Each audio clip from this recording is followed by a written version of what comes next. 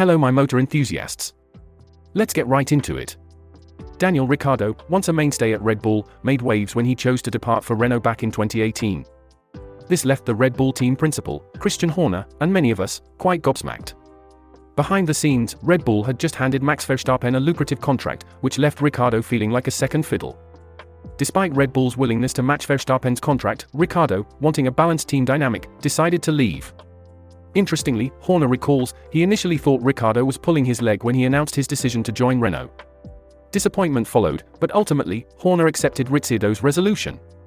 It's been a rollercoaster since, with Ricciardo even expressing regret over his decision during the pandemic year.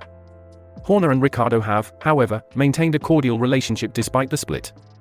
As we stand, the jury's still out on whether Ricciardo's move was a masterstroke or a misstep. His performance at Renault and now McLaren will indeed shed more light on this. Quite the narrative, wouldn't you agree? Hello everyone, this is your host Enzo on the F1 Motor Fever podcast. And I'm William, happy to be here. We're thrilled to bring you fresh content every day, so make sure you're subscribed and your notifications are switched on. Now, it's time to put the pedal to the metal. Let's dive straight back into the action.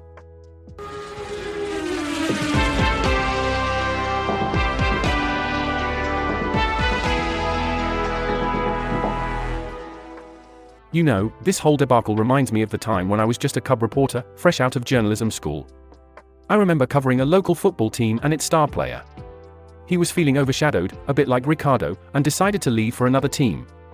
It was a shocker, but ultimately, he felt it was best for his career. And I bet you thought that was quite the scoop, didn't you? Hey, I'll have you know, it was quite the big news at the time.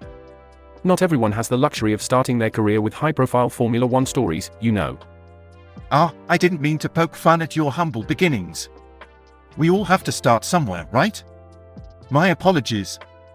It's fascinating how the wheel turns, isn't it? The twists and turns of decision-making, especially in a high-stakes environment like Formula One. But, as Horner has put it, Ricciardo was badly advised at the time. Yes, indeed. It's crucial to have good guidance when making such substantial decisions. But as they say, hindsight is always 20/20. Quite right, and I'm sure Daniel learned a great deal from that experience. It's all part of the journey, after all. Absolutely. And who knows? Maybe it was all meant to be. After all, every decision, every path taken, leads us to where we are now. William, what's the buzz on the web about all this? Well, there's quite a heated discussion going on. A user by the name of George Hickory posted, quote, "Verstappen in blunt Las Vegas assessment, we are there for the show," unquote. Sounds like a lively one. Do go on. Yes, indeed. Barry Anderton chimed in first, saying, quote, "He just described a normal day in Vegas," unquote. To which Brandon Heatherton replied, quote, "Normal day in F1 really. Not to trivialize it, but they are just really talented entertainers," unquote. The conversation didn't stop there, with Barry retorting, quote, "They are definitely performers," unquote. And Detective Crashmore popped in with, quote, "Horner understood the assignment," unquote. Interesting. Any other noteworthy comments? Yes, a user named David Willis raised a point about the Drive to Survive series. He said, quote, "I get the gripes people have with DTS, but saying it's complete fiction seems like a stretch to me," unquote. To which Ian Brake replied, quote, "It's definitely an exaggeration to call it complete fiction. But some of the storylines and narratives there were indeed fiction.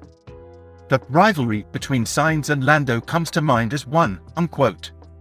Then the discussion shifted a bit to the nature of sports being entertainment, with a user named Morel Supporter saying, quote, "It's a competition that people now pay to watch, but it was never, let's build these machines and race them so people can watch and be entertained. It was, I want to beat that guy over there," unquote. This led to a debate about whether sports would continue without an audience. The age-old argument. Anything else? There were plenty more comments, but those were the highlights, I suppose. It's clear that people have a lot of opinions on this matter. Ladies and gentlemen, thank you for joining us today on F1 Motor Fever podcast. We've tackled some interesting topics, delving deep into the world of Formula One.